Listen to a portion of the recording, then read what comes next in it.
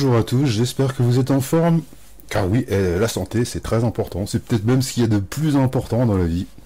Allez, petite vidéo sur Rennes-le-Château, je vous propose une théorie que personnellement j'avais jamais entendue sur cette histoire, à savoir le trésor du roi des Juifs. Alors c'est une interview d'Alexandre Adler. Alors moi, Alexandre Adler, je connaissais surtout pour ses positions, ses analyses géopolitiques, etc. Et bien là, vous allez voir que sa théorie est très intéressante, puisqu'on reparle encore une fois du pillage d'Alaric de Rome.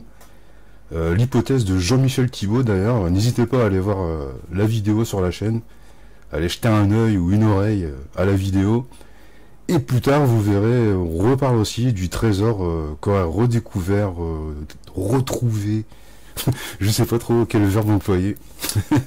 C'est ce qui est magnifique avec la langue française, avec notre bonne vieille langue française, cette possibilité, cette palette de mots, de verbes pour s'exprimer, pour nuancer, c'est monstrueux. Donc je voulais dire que le trésor de Berger Ignace Paris, dont parlait Monsieur Dafos dans la précédente vidéo, et bien le trésor initial ici, on en reparle. Mais allez, comme d'habitude, on pose les bases, c'est parti. Il est possible que le trafic de messe ait servi de fiction, puisque c'était une pratique assez courante à cette époque, pour transmettre directement de l'argent à l'abbé Saunière. L'abbé Saunière n'était pas peut-être d'une honnêteté scrupuleuse, mais ce n'était pas non plus une canaille cynique, et j'ajouterais qu'à cela que le trafic de messe, même si les comptabilités qu'il tenait assez précisément, peut-être pour parer à toute enquête administrative ultérieure, ne nous satisfont. Là où ça ne nous satisfait pas, c'est qu'on constate d'abord que l'alimentation financière de Béranger Saunière n'était pas régulière. Il n'a pas un trésor avec lui. Il reçoit de l'argent pratiquement de 6 mois en 6 mois. Deuxièmement, il ne reçoit pas les mêmes sommes. Et il y a un moment où tout s'interrompt. Ouais. C'est le moment où on change de pape à Rome, on change d'évêque à Carcassonne, et les ennuis arrivent. Et puis, nouveau changement de pape, l'élection de Benoît XV à la tiare, pratiquement avec le déclenchement de la guerre de 14. Et voilà que Saunière est de nouveau en fond, établit des devis somptueux, et semble pas qu'il ait perdu la tête à cette époque. Ce qui va arrêter, évidemment, cette reprise, c'est l'embolie qui le frappe début janvier 1917. Mais donc, nous voyons des ressources considérables. Moi, je ne suis pas convaincu par la théorie du trafic de messe, parce que je pense que les devis ont été abaissés par rapport à ce qu'ils étaient vraiment. Des protections, de l'argent qui court ici et là, et puis toujours les mêmes personnages, c'est-à-dire la comtesse de Chambord, la veuve du comte de Chambord, qui est une Habsbourg, et son cousin, Jean Hort de Habsbourg, dont la visite à Rennes-le-Château est avérée. C'était le confident de Rodolphe, l'archiduc mort à Mayerling, un personnage romanesque à souhait, et qui parfaitement est en mesure, avec d'autres d'ailleurs, d'alimenter Béranger Saunière. De toute façon, si vous voulez, j'écris dans le livre que les hypothèses hyper critiques, celle de René Descadellas, l'archiviste départemental de l'Aude, qui a le premier mis la main sur les carnets de comptes de Saunière et de quelques autres, sont décapants, si vous voulez, comme l'athéisme est décapant par rapport à la bondieuserie. Mais qu'une fois qu'on a fait le tour de ce qu'ils disent, et un certain nombre de choses sont justifiées, il reste un noyau très important de certitude qu'il s'est bien passé quelque chose, que Saunière a sans doute été un habile homme capable de l'orchestrer à son profit, de faire peut-être, j'emploie cette expression, danser au son de sa flûte plusieurs sociétés secrètes qui étaient passionnées par l'affaire, mais ce n'est pas lui qui a tout inventé, ce n'est pas le facteur cheval de l'ésotérisme. Alors, selon les témoignages des villageois, et une légende qui ensuite a été amplifiée, il aurait trouvé dans un balustre, c'est-à-dire dans un pilier creux de son église, des manuscrits qu'il serait allé faire expertiser à Paris, et qui aujourd'hui seraient entre des mains anglaises. Ces manuscrits, nous en avons quelques idées par justement ces associations un peu surprenantes, un peu mensongères, mais il semble bien qu'il y ait une charte Blanche de Castille, la mère de Saint-Louis, qui concerne la seigneurie de Rennes, le château, et puis certainement aussi d'autres choses plus complexes dont nous n'avons pas idée, mais qui probablement établissaient l'existence d'un mystère ou d'un lieu particulier dans cette région, dès la fin du Moyen Âge. À mon avis, ces papiers valaient beaucoup d'argent, et surtout, ce qui était indispensable à partir d'eux, c'était de poursuivre les recherches à la recherche d'un trésor spirituel, matériel. Là, la question est tout à fait ouverte. Il est certain aussi que Béranger Saunière a trouvé des restes wisigothiques, ça dans le témoignage, quelques petits trésors de pièces de monnaie qu'il a certainement vendus et qui lui ont arrangé un petit peu son ordinaire, mais il est évident qu'il n'a pas mis la main sur le vrai, le grand trésor. Et ce qu'il a pu en dire en occitan à ses paroissiens, en disant « je me garde le trésor », c'est une façon de chasser les curieux. Mais bien sûr, il n'aurait pas été dans des situations financières aussi serrées à certains moments s'il avait vraiment pu disposer d'un trésor ou le monnayer. Mais par contre, que les papiers dont il avait été l'inventeur lui aient valu des subventions et des liens permanents avec des sociétés secrètes, ça ne me semble faire aucun doute. Allez, étape quasi obligatoire, on fait une petite parenthèse sur Pierre Plantard et son prieuré de Sion. C'est-à-dire que l'homme est quand même complexe. Ce n'est pas un escroc. Je veux dire par là que c'est un homme il a peut-être commis des escroqueries, je crois, dans sa vie, des petites, mais il n'a pas monté toute cette affaire pour s'enrichir. Elle ne lui a rapporté pas un seul centime. Il a beaucoup plus tenté à partir de là de s'arroger un rôle, parce que c'était un homme qui ne supportait pas sa condition modeste et qui voulait être parmi les premiers. Et puis fourvoyé dans la mythomanie, dans la névrose, il a été le premier en effet, mais d'une manière assez singulière. Mais il est évident qu'il n'a pas inventé tout cela de lui-même, car de nombreux indices nous renvoient alors à toute une littérature qui est parfois antérieure à Béranger Saunière. Il semble que de nombreux cercles ésotériques du XIXe siècle aient été au courant d'un secret dans le Sud-Ouest, se le soit passé de bouche à oreille. On peut tracer les choses à partir de Charles Nodier, autre mythomane mais combien plus talentueux, qui dirigeait la bibliothèque de l'Arsenal, était l'ami intime de Victor Hugo. Et puis on voit chez Jules Verne, avant l'invention par Béranger Saunière de ses papiers, et surtout chez Maurice Leblanc, qui lui a continué à écrire pendant toute l'entre-les-deux-guerres, des allusions extrêmement précises à Rennes-le-Château, à travers des personnages. Alors il y a un des meilleurs chercheurs sur l'affaire de Rennes-le-Château qui s'appelle Patrick Ferté, qui est l'auteur d'un ouvrage sur Maurice Leblanc, un peu complexe, pas du tout confus, mais complexe, et qui établit les choses d'une manière extraordinaire. On peut même penser que le roman de Maurice Barrès sur deux frères ecclésiastiques, les frères Bayard, qui sont un peu le double de Béranger Saunière et de son frère Alfred, qui sur le Mont Sion, celui-là au-dessus de Nancy, relance un culte qui va bouleverser la France. Donc la colline inspirée n'est pas loin de Rennes-le-Château et d'en être une métaphorisation. On sait que Maurice Barrès est cité parmi les adeptes du prieuré de Sion. Alors, voilà, le prieuré de Sion, c'est une invention de Pierre Plantard. La liste des grands maîtres est absolument une espèce de ravalement à la Viollet-le-Duc. C'est-à-dire qu'on voit bien des personnages qui sont liés à cette affaire. Mais entre les deux, il a fait des liaisons. Il a inventé des points de passage qui ne sont nullement prouvés. Mais bien sûr, Pierre Plantard a connu par les sociétés secrètes de l'avant-guerre, et il en a fréquenté beaucoup de choses sur ce secret, des choses qui sont parfois codées dans les romans de Maurice Leblanc.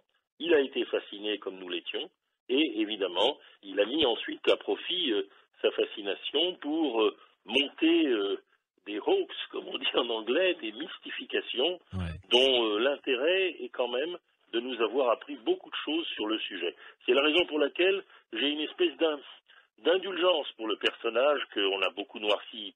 Il n'est pas sympathique, mais il est quand même une source importante, à condition de décanter ce qu'il raconte sur cette affaire. Et en particulier, la liste des priés des grands maîtres nous montre la généalogie d'un secret. Face à la contrainte de l'Église, et dans une libéralisation formidable de la vie de ces cités, naissent un peu partout ce qu'on appelle des académies, sur le modèle gréco-latin, des académies qui rassemblent des peintres, des écrivains, des nobles en quête de vérité, et qui toutes sont, je dirais, des oasis de la malpensance. Alors les gens qui y sont ne pensent pas d'ailleurs tous pareil, mais en tout cas ils échangent des idées qui sont interdites par l'Église, et les académies y développent ensuite à la fois des connaissances scientifiques, des connaissances érudites, des connaissances artistiques, mais aussi des connaissances ésotériques. C'est la raison pour laquelle nombreux sont les grands peintres de la Renaissance. Deux sont mentionnés comme grands maîtres du prieuré de Sion, Léonard de Vinci et Botticelli, mais il est évident que beaucoup d'entre eux sont passionnés d'ésotérisme et de philosophie occulte. Léonard de Vinci, le premier. Il suffit de voir ses carnets pour comprendre le côté visionnaire et prophétique de l'homme. Alors, est-il pour autant un tenant des idées de Rennes-le-Château? Ça, c'est une question qui mérite examen. Ce que je vois chez Léonard de Vinci notamment, c'est beaucoup plus cette dévotion johannique que l'on avait déjà vu chez les Templiers, mais pas nécessairement d'ailleurs d'origine templière, et une volonté de rebâtir un christianisme humaniste de la Renaissance qui transforme évidemment l'image de Jésus. Mais dans la célèbre scène peinte par Léonard de Vinci, dont Dan Brown nous dit que le personnage, qu'un des personnages que l'on n'a pas identifié est tout simplement Marie-Madeleine déguisée en garçon, moi, j'ai vu beaucoup d'autres choses qui ne sont pas du tout, qui sont beaucoup moins contestables que cette vision de Dan Brown. Quand on se penche sur le tableau, c'est tout sauf évident de toute façon. Bien entendu. Mais alors par contre, ce qu'on voit, c'est qu'au centre, il y a, dans une scène qui est décrite dans l'évangile de Jean, le jeune Jean, le disciple aimé, qui pose sa tête sur l'épaule de Jésus et qui est présenté comme le centre du tableau.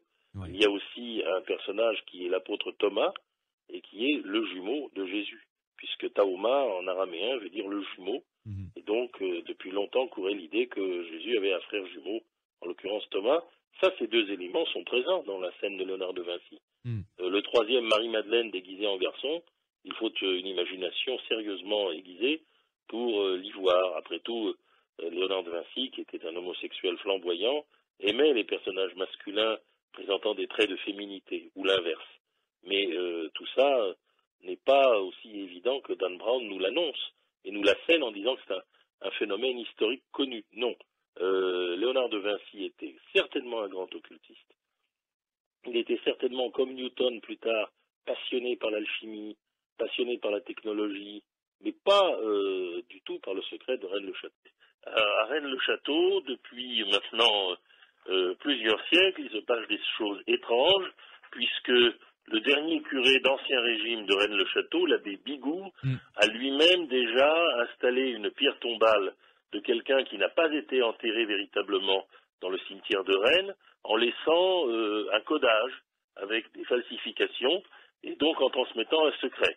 L'abbé Bigou est mort en émigration en Espagne au début de la Révolution française, mais une partie de ce secret s'est ensuite répandue et a atteint ainsi de proche en proche Béranger Saunière. Mais avant cela, nous avons l'évêque d'Alais, cette petite ville qui est en contrebas de Rennes-le-Château, Nicolas Pavillon, qui est un grand personnage du XVIIe siècle français, qui a cherché à se trouver dans cette région, une région qui a été effectivement visitée par le peintre Nicolas Poussin, qui l'a reproduite dans les bergers d'Arcadie. Tout ça, c'est quand même des choses que Plantard nous a dites et qui sont exactes. Et là, nous avons effectivement l'activité d'une société secrète qui, semble-t-il, s'est beaucoup affairée autour du site de Rennes-le-Château, et cela au XVIIe siècle.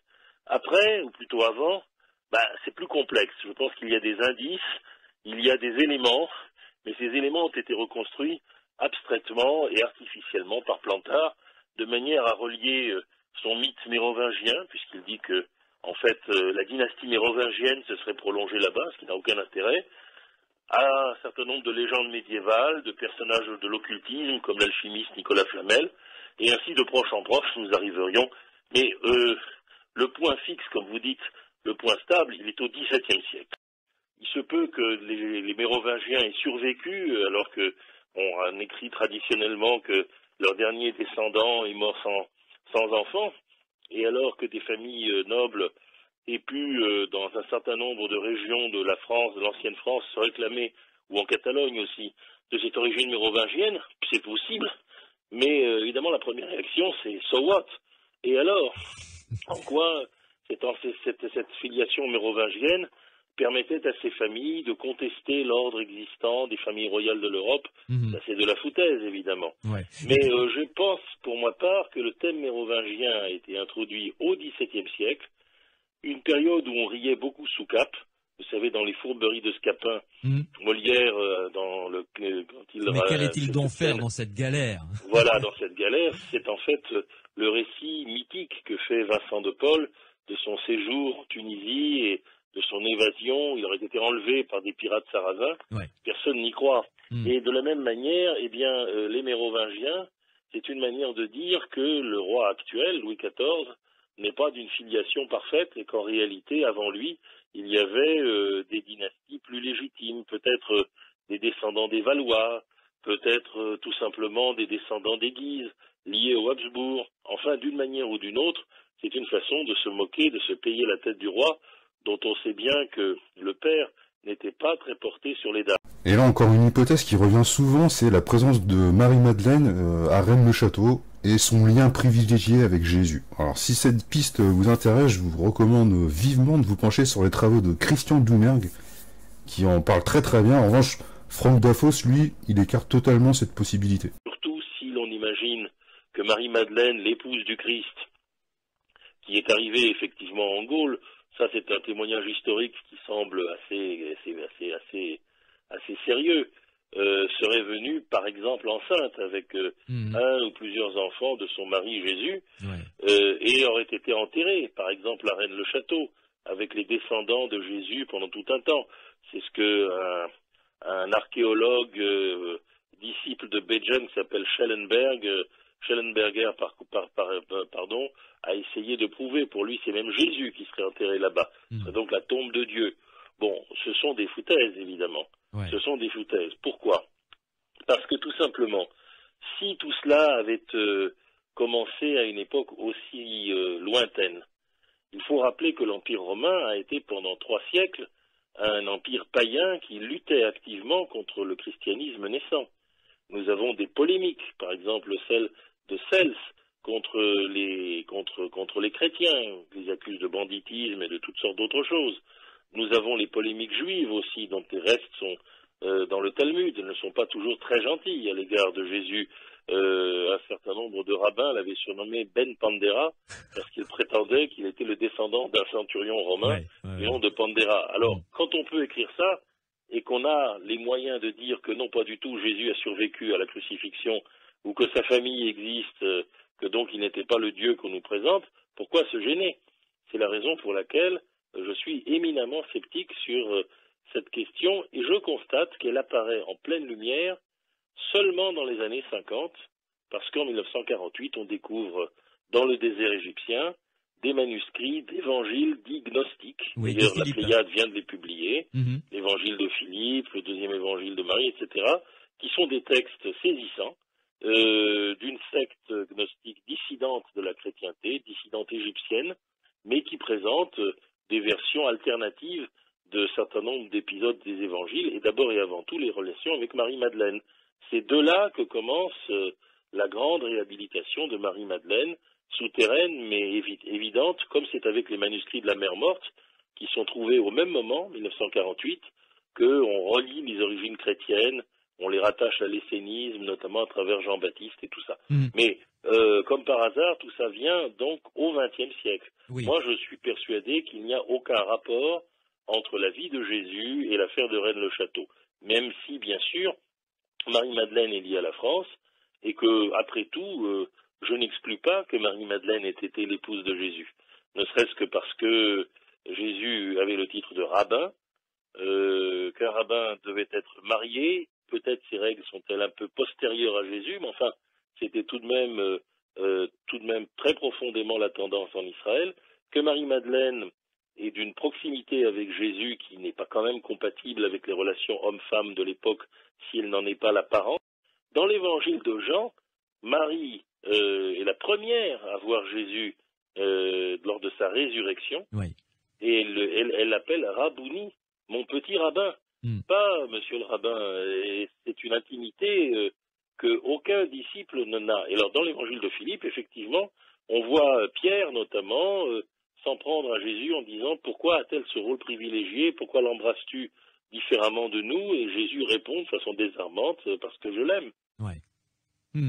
Et alors... Ça, ce sont des choses de l'histoire ancienne qui petit à petit viennent à jour, mais qui n'ont pas, à mon sens, d'influence très directe sur l'affaire de Rennes-le-Château, qui pour ma part me semble postérieure.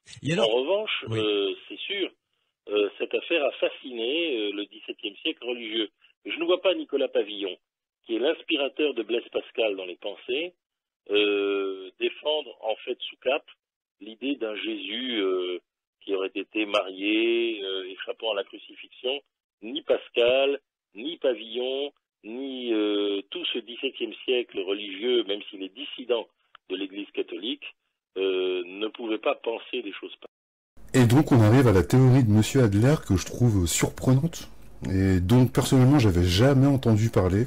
Alors lui il parle du trésor d'un roi des Juifs, un personnage, un chevalier, représentant de tous les Juifs en France sous Charlemagne. Dans l'Empire musulman, le grand califat omeyyade puis abbasside, eh bien, à la cour du calife, il y avait un personnage qui était ce qu'on appelait le prince de la diaspora, ou le prince de l'exil, et qui était en fait un haut personnage à la fois politique et religieux, qui résidait à Bagdad, et qui avait vocation à représenter la totalité des juifs du califat. Et alors, un érudit local, narbonnais, un archiviste paléographe du nom de Régnier, a découvert des documents datant de l'époque carolingienne et qui montrent qu'à Narbonne siégeait un personnage qui avait le titre de Rex Iudeorum, c'est-à-dire de roi des Juifs. Et dès l'époque de Régnier, l'idée est que Charlemagne, qui était, on le sait, en rapport avec Haroun al-Rachid, a pu s'inspirer de cette institution musulmane pour créer pour son empire aussi un roi des Juifs qui lui répondait directement et qui était le chef de la communauté juive de l'Empire carolingien. Ça, c'est l'hypothèse de Régnier, elle est acceptée par les historiens, même si cette affaire n'a pas été explorée. Mais deux petits mystères. Pourquoi ce roi des Juifs résidait-il à Narbonne et pas tout simplement à Aix-la-Chapelle, la capitale de l'Empire? Alors qu'il représentait toute la diaspora juive européenne. C'est ce que pense Régnier. Et alors ensuite, évidemment, ce roi des Juifs disparaît dans le tourbillon qui engloutit l'Empire carolingien, et voici qu'on en a une dernière mention en Normandie, auprès de Guillaume le Conquérant, à Rouen, où, tout récemment, on a exhumé un vaste complexe quasiment palatial lié à la communauté juive de Rouen. Alors, voilà, c'est une première question. Or, il y a un aspect sur lequel notamment Patrick Ferté, le spécialiste de Maurice Leblanc, a attiré l'attention depuis fort longtemps, c'est la permanence des contacts ou des similitudes entre la Normandie d'un côté et le Languedoc de l'autre, entre Gisors d'un côté et Rennes-le-Château de l'autre, bref, des liens permanents, que d'ailleurs symbolise Monseigneur Billard, l'évêque de Carcassonne, qui est normand, et son maître, le cardinal de Bonnechose, lui aussi rouennais et évêque de Carcassonne pendant tout un temps. Il y a une espèce de circulation entre ces deux régions qui est inexplicable. En tout cas, ce sont les deux où l'on voit apparaître un roi des Juifs. Alors, dernier point qui est quand même très étonnant, c'est que nous avons aussi le témoignage par des manuscrits hébreux qui ont été déchiffrés par le professeur Zuckerman, un historien américain de New York, et qui montrent qu'il a existé dans cette région particulière des guerriers juifs qui prêtaient hommage à Charlemagne. Des chevaliers même, oui. Des chevaliers, parfaitement. Il y a, et ça, les documents existent, c'est la seule région de la chrétienté où des juifs ont été autorisés à tenir des terres allodiales, c'est-à-dire des terres féodales. Ça n'a pas duré, bien sûr, après la croisade des Albigeois, tout ça est balayé. Mais la tolérance à l'égard du judaïsme, la haute estime même où il est tenu, ont permis l'éclosion de la Kabbale. La Kabbale, on croit que c'est une tradition immémoriale, sans doute y a-t-il des éléments, mais les premiers textes sont tous écrits dans cette région, à Vauvert, c'est-à-dire Posquière, l'ancien nom du village, dont on fera le diable Vauvert, évidemment, diable des kabbalistes, à Lunel, et bien sûr Narbonne est une grande ville juive de l'époque. Et Alais, Électum, la ville élue à côté de Rennes-le-Château, est une création des Narbonnais qui, à cause de l'insécurité en mer, se retirent vers l'intérieur des terres. Dernier point enfin, Guilhem de Gélone. Guilhem de Gélone, personnage des épopées médiévales, dont Victor Hugo lui-même, dans son poème Les Aliscans, évoque la grandeur dans la légende des siècles. Guilhem de Gélone est le fondateur du monastère de Gélone. C'est aussi le premier seigneur de Rennes-le-Château. Pour Zuckermann, Guilhem de Gélone et le prince hébreu Makir, compagnon de la charte de Charlemagne, sont rigoureusement la même personne. Et le monastère de Saint-Guilhem-le-Désert présente de très curieuses similitudes avec une école rabbinique. Par exemple, l'entrée du monastère est appelée le Guimel. Le guide de Saint-Guilhem-le-Désert dit Guimel, on ne sait pas ce que c'est, mais c'est tout simplement la lettre hébraïque Guimel, G, oui. C'est-à-dire les initiales de Guilhem de Gélone. Et ensuite, bien sûr, la descendance de Guilhem de Gélone s'est tout simplement convertie pour l'essentiel au catholicisme, et on a fait de Guilhem de Gélone un saint de l'Église sans y regarder de trop. Mais si donc certaines familles de la région sont passées du judaïsme au catholicisme, sans doute d'autres sont restés en Normandie fidèles au judaïsme, au moins pendant un temps. Alors, je soupçonne pour ma part la famille de Saint-Clair, qui a effectivement construit la chapelle de Rosslyn, autre mythe très important de Rennes-le-Château. Ah oui, chapelle qui est à côté d'Édimbourg, en Écosse. Ouais. Dont on dit qu'elle est une réplique du temple de Jérusalem, ce qui ne tient absolument pas. Mais ce qui tient, c'est qu'en effet, les Saint-Clair sont une famille très ancienne de la noblesse écossaise, qui peut faire remonter son ascendance jusqu'à la Normandie. Et un des Saint-Clair était un compagnon de Guillaume le Conquérant lors de la bataille de Hastings. Donc c'est effectivement une vieille famille. Je soupçonne les Saint-Clair d'être ces rois des Juifs de Rouen, qui ensuite, également eux aussi, comme la descendance de Guilhem de Gélone, qui comprend Raymond VII de Toulouse, est passé au christianisme. Mais voilà, quel est le secret que ces familles détiennent? Eh bien, je n'en vois qu'un, et c'était déjà un archiviste départemental de Carcassonne qui en était persuadé au XIXe siècle, Sylvain Jaffus, c'est l'existence du trésor de Jérusalem. En effet, et là nous sommes de nouveau sur du terrain solide. Nous voyons sur l'arc de triomphe de Titus, la menorah, le grand chandelier à 7 branches, et d'autres éléments qui étaient dans le temple, pillés par les Romains et installés dans le trésor public de Rome. Et nous savons qu'en 410, quand le roi des Visigoths, Alaric, a pillé Rome, il est parti avec ce trésor. L'a-t-il fondu? On peut penser que non, tout de même. Et en tout cas, à sa mort, qui survient en Italie, mais les Visigoths sont installés dans le Languedoc, et on l'y rapatrie, eh bien, Alaric est enterré en secret, dans un caveau. C'est d'ailleurs les raisons pour lesquelles cette montagne qui jalonne la route, et aujourd'hui l'autoroute de Narbonne à Carcassonne, s'appelle la montagne d'Alaric. Encore une fois, l'hypothèse de M. Dafos, avec ses allers-retours nombreux entre Rouen et Carcassonne, la Normandie, le Limoux, avec Notre-Dame de Marseille. Ces allers-retours étaient-ils liés à des transferts secrets de trésors du berger Ignace Paris entre Fouquet, Billard ou Bonne Chose? Question. Il y a vraiment un truc à creuser avec bien sûr la possibilité que l'origine du trésor soit, encore une fois, issue du pillage d'Alaric à Rome par les Visigoths. Donc là, on est dans les services secrets israéliens avec le Mossad qui serait venu fouiller, enquêter dans le coin. Donc je vous dis, c'est complètement incroyable ces histoires à Rennes-le-Château. À chaque fois, il y a une surprise, il y a toujours un truc original qui arrive. Et donc, bon, pour le Mossad, on va faire un petit point vite fait. C'est un peu comme le FBI ou la CIA vaut pas trop gratter, sinon on se retrouve dans des trucs pas très ragoûtants.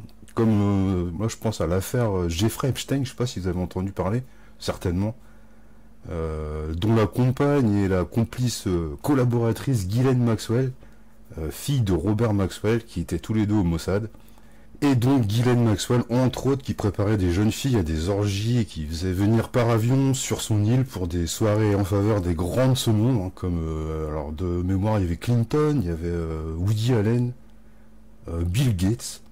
Bon, il y avait une centaine de personnes, beaucoup dans le showbiz, beaucoup dans la politique. Il y avait Will Smith aussi, je crois, il y avait une centaine de noms. Donc voilà quelques noms de boules de pu qui viennent faire la morale et prêcher la bonne parole à la première occasion, voire même vous donner des consignes de vote. Bon, bref, on s'éloigne du sujet. Mais vous voyez que quand on lève un peu le capot sur ces élites, ou plutôt ces grosses boules de purin, hein, dont on achète tous les disques, les bouquins, on paye les places de concert, On va voir leurs films. Certains même crient leur nom lors de leur déplacement, hein, comme le prince Andrew par exemple, qui était dans toute la clique aussi, ou la reine d'Angleterre qui savait, étant jeune, très très bien faire le salut nazi par exemple. Ah, c'est people. Alors depuis que j'ai appris que, en fait, le soi-disant membre du Mossad, mais après tout, il avait pu l'être à un moment de sa vie, était un journaliste israélien passionné de ces questions, Ouais. et qui était allé avec 2 autres Israéliens à la recherche du trésor, et il parlait en hébreu dans l'hôtel dans l'hôtel où ils avaient établi leur quartier général à Limoux, c'est ça l'origine. Ouais. Il y a en tout cas une enquête de la DST sur leur présence là-bas, et puis après tout, c'est assez singulier quand même de les voir s'activer, alors que l'un des journalistes proches de Pierre Plantard, qui s'appelle Mathieu Paoli, se serait réfugié en Israël au début des années 70. Donc, oui, il y a un intérêt pour ce trésor, et on le comprend parce que c'est la localisation la plus probable de ces objets dont l'existence historique est prouvée. On dit même que lorsque le siège de Carcassonne a été mis par Clovis, celui-ci, n'ayant pas pu emporter Carcassonne, a été obligé de laisser les Visigoths repartir avec leur trésor. Alors imaginons que Guillaume de Gélone, qui était le maître incontesté de ces lieux, et qui n'était autre qu'un grand personnage juif du nom de Makir, le roi des Juifs, qui réussit, lui, à mettre la main sur le trésor. Imaginons qu'il est installé à proximité de Rennes-le-Château. Imaginons qu'on le cherche encore. Imaginons que peut-être des éléments secondaires de ce trésor aient été distribués à certaines époques, par exemple à Nicolas Fouquet, le surintendant des finances de Louis XIV, dont le frère Louis Fouquet lui adresse une reproduction du tableau de Poussin en disant qu'il peut apporter une fortune fabuleuse. Là, nous aurions effectivement une continuité qui ne laissait pas de fasciner des générations successives. Que, si vous voulez, dans le messianisme juif, il y a l'idée que ce trésor ne pourra retrouver sa place dans le temple qu'avec le bouleversement des temps, lorsque le peuple d'Israël pourra revenir sur sa terre et rebâtir le temple. Et il aura donc laissé dormir à l'abri, caché, en attendant des jours meilleurs, et par ailleurs en diffusant à travers la pensée kabbaliste toute une théorie messianique qui s'est peu à peu perdue. Ouais. Mais il me semble que la Rose-Croix a su ou a interprété ou réinterprété à travers des kabbalistes juifs, des traditions kabbalistes du XVIe siècle, certains éléments de cette légende. Donc, la rose et la croix, d'ailleurs, c'est l'union de la croix chrétienne et de la rose juive. Et l'éclosion en son centre de l'être parfait. Et l'éclosion en son centre de l'être parfait, qui est en hébreu, dans la fin du Zohar, est appelé le Rosen Koroz, le messager de l'éternel. Alors entre Rosen Koroz et Rosenkreuz, Christian Rose-Croix, le fameux chevalier mythique, chevalier mythique, y a-t-il un point commun? Y a-t-il un point commun entre les bergers d'Arcadie, de Poussin, et puis le nom de la dernière section du Zohar qui s'appelle le berger fidèle, Rahava Mehemna, qui amène le retour justement du Messie?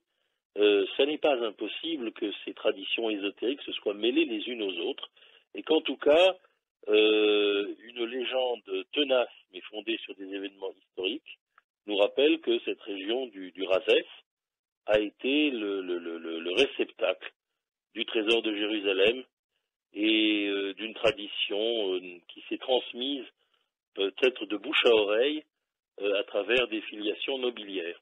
J'ai été très frappé par le fait que l'évêché d'Alais, et avant que Napoléon ne le supprime tout au début du XIXe siècle, ait été l'évêché le plus petit de la chrétienté. Pourquoi mettre un évêque là, sinon pour surveiller un endroit particulièrement sensible? Et il me semble, par ailleurs, que, comment vous dire, ce secret ayant été connu et ayant diffusé, il a pu intéresser plusieurs groupes à la fois. C'est cela aussi l'élément de complexité, de confusion que l'on voit parfois, et c'est très exactement l'hypothèse que formule à un moment donné Maurice Leblanc dans un de ses romans à clé, où d'ailleurs la Ménorah réapparaît dans un souterrain, et où 2 sectes différentes s'affrontent. En tout cas, par exemple, autour de Rennes-le-Château, on a manifestement 2 traditions différentes. L'une qui est partiellement maçonnique, mais qui est chrétienne ésotériste, celle du marquis de Chef-de-Bien et de cette chevalerie templière reconstituée au début du XIXe siècle, et l'autre au contraire qui est nettement plus rationaliste, proche du Grand Orient et dont Maurice Leblanc ou sa cousine Emma Calvé, la cantatrice amie de Saunière, sont des représentants. Est-ce qu'on ne peut pas imaginer que plusieurs groupes se soient affairés autour de ce domaine, de même que Gérard de Sède ne pense pas exactement la même chose que Michael Bagent, et pourtant l'un et l'autre ont parfois collaboré, en tout cas cherché ensemble à élucider ce mystère. On pourrait ajouter d'ailleurs que Béranger Saunière n'était pas seul, et qu'il a agi aussi à travers un milieu de prêtres du Razès, qui étaient détenteurs d'un secret, dont l'abbé Boudet, personnage haut en couleur, surréaliste, est probablement le véritable inspirateur. Un autre de ces prêtres du Razès, l'abbé Gélis, a été horriblement assassiné dans sa cure à Custossa au début du XXe siècle, dans des conditions qui ont fait couler beaucoup d'encre, mais qui n'ont jamais été élucidées. Donc tout ça, ça fait beaucoup pour des sceptiques. Alors, à moi étant un sceptique modéré, je pense qu'il y a bien quelque chose. Et je pense en même temps que rien n'a été trouvé. Sinon, nous aurions des réponses beaucoup plus affirmatives. Et sur ce désarroi, des gens comme Plantard ont réussi pendant tout un temps à faire illusion, mais moi je lui suis reconnaissant de tout ce qu'il nous a livré comme secret. Bon voilà, fin de la vidéo avec encore une nouvelle hypothèse, une nouvelle piste dont j'avais jamais entendu parler. Et en gros, quand on fait un bref résumé, on revient toujours au même protagoniste, c'est-à-dire un trésor pillé par Alaric de Rome. Alors c'est une hypothèse, il n'y a rien de prouvé. Apparemment un trésor pillé par Alaric, ramené en France par les Visigoths. Trésor perdu, oublié et redécouvert par le berger Ignace Paris, qui sera source de discorde entre le baron de Poule, Fouquet, Louis XIV, j'en passe et des meilleurs. Et puis on a Monseigneur Billard, Monseigneur Bonnechose, Boudet, Saunière, Gélis, jusqu'à la disparition de tout ce beau monde, et puis Corbu, Plantard, De Sède, qui remettent une pièce dans la machine jusqu'à aujourd'hui. Voilà, je pense que c'est un bon résumé. Je sais pas ce que vous en pensez. Bon, merci d'être resté jusqu'au bout. N'hésitez pas à aller jeter un œil sur les vidéos de la chaîne. Vous y êtes les bienvenus. Force à vous et à vos proches. Revenez quand vous voulez. Salut, salut!